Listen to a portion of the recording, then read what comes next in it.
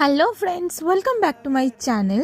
তো কিছুদিন আগে তোমরা দেখেইছো যে আমি হেয়ার কাট করেছি, আর সেটা নিয়ে আমি ফ্লেক্স মারছিলাম।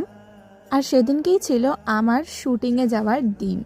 তো কিছুদিন আগে থেকেই রিহার্সাল তো খুব জোর কদমে চলছিল, আর কিসের শুটিং না সেটা সবটাই তোমরা জানতে পারবে, আমি আস্তে আস্তে বলবো। তো এখানে আমি রেডি হয়ে গেছিলাম, আর রেডি হওয়ার পরই স্যার বললো যে তোদের এখন বেরোতে হবে না, একটু পরে তোরা বেরো। তো তাই জন্য আমি রেস্ট নিচ্ছিলাম। তো তারপরেই সৌরাজাদি বাড়িতে আসতেই আমরা বেরিয়ে পড়ি সন্ধে করে শ্রীরামপুরের উদ্দেশ্যে, কারণ সেদিনকে রাতটায় আমরা ফুল টিম থাকবো শ্রীরামপুর ব্রাঞ্চে। তারপরের দিন সকালবেলায় ভোর একদম ভোর 5টার সময় আমাদের কল টাইম ছিল, আর গাড়ি আসবে আমাদের নিতে। তো সেদিনকের মতন আমাদের কোনো রিহার্সাল হয়নি, আমরা তাড়াতাড়ি করে খেয়ে সেদিনকের মতন ঘুমিয়ে পড়ি।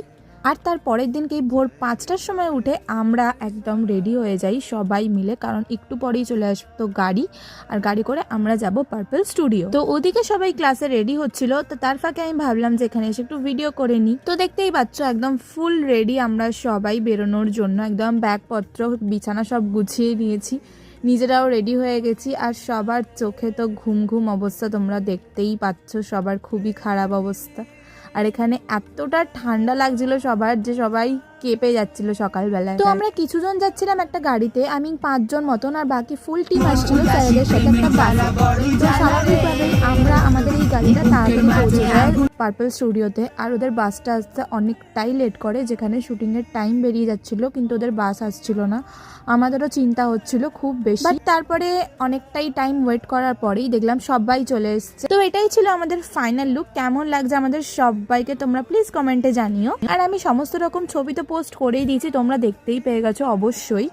তো কথা মতন তোমরা কেউ কিন্তু দেখতে ভুলো না সন্ধ্যে 7টার সময় স্টার জলসাতে স্টার পরিবার অ্যাওয়ার্ড। আমাদের কোরিওগ্রাফি করেছে আভিয়ান অ্যান্ড টিম, তো তোমরা কেউ দেখতে ভুলো না। তো শুটিংয়ের তো আমি ভিডিও করতে পারবো না, তো সেরকম কোনো ভিডিও আমি করিনি। তো এখন হয়ে গেছে আমাদের শুটিং কমপ্লিট, আর কমপ্লিট হওয়ার পরেই আমি আর সৌরাজাদি থেকে গেছি পার্পল স্টুডিওতে। তো মাথাতে এত বড় হেডগিয়ার লাগানোর কারণে মাথা তো খুব বেশি যন্ত্রণা করছিল, আর এটা খুলে আমরা সত্যি খুবই রিলিফ পাচ্ছিলাম। রিহার্সাল করব, তারপর আজকে থাকবো। চোখগুলো দেখতেই পাচ্ছি, সুন্দর লাগছে চোখগুলো। ওকে সুন্দর চোখ আমাদের। চলো যাই।